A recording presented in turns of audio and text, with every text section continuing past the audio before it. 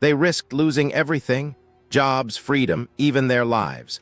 For decades, Pullman porters like Oscar Smith smuggled the Chicago Defender newspaper into the Jim Crow South, hiding bundles in train ceilings and false-bottomed luggage. These weren't just papers, they were lifelines, carrying job listings, political truths, and the promise of Northern freedom. How did a network of railroad workers become the unsung architects of the Great Migration and the silent sparks of the civil rights movement? Oscar Smith never set foot in a newsroom, but his hands shaped history. Working the 1940s sleeping car routes from Chicago to Birmingham, he became one of hundreds of porters who secretly delivered copies of the Defender to black communities below the Mason-Dixon Line. The Defender wasn't just a newspaper, it was a rebellion. Founded in 1905, it exposed lynchings, advertised Northern factory jobs, and challenged the narrative of white supremacy. But in the South, possession of these pages could mean arrest or worse. The porter's work was a high-stakes dance. Each journey required cunning. Newspapers rolled tight and tucked into coat linings, stashed under floorboards, hidden in the false bottoms of trunks. Some porters memorized entire articles to recite them aloud during secret gatherings. Others smuggled photos of Northern opportunities, knowing a single image could ignite a family's decision to flee. One porter recalled hiding a stack behind a mirror, praying a passenger wouldn't adjust it. Another described tossing bundles from moving trains to waiting hands in rural towns, trust and desperation colliding in the dead of night. Why did they risk so much? Because the Defender's pages carried proof of a different world.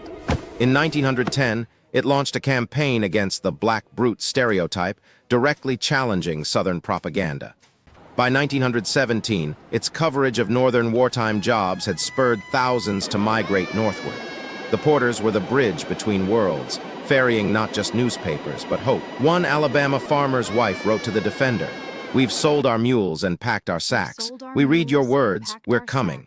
The South fought back. Railroad companies sometimes revoked porters' credentials if they suspected smuggling. White passengers occasionally reported suspicious activity.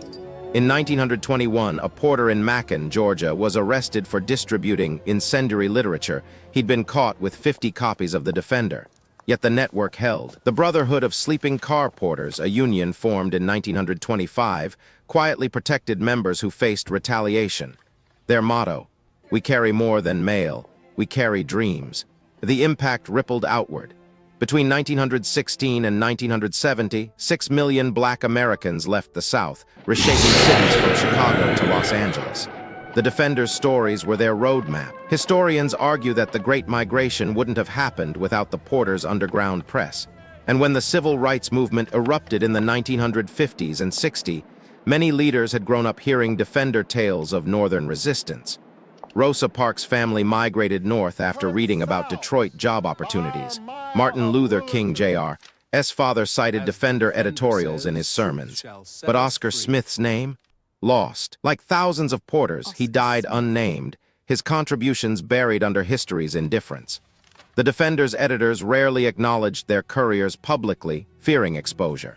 Only in 2019, when a historian uncovered a porter's hidden ledger detailing routes and deliveries, did their story resurface. Smith's entries span 1943–1951, 27 trips, 400 newspapers, 0 arrests, a quiet hero in a deadly game. Today, the tracks are silent, but the parallels linger, workers risking jobs to spread truth, knowledge as contraband, ordinary people defying systems. Oscar Smith didn't march or speak, he smuggled. And in doing so, he carried freedom itself.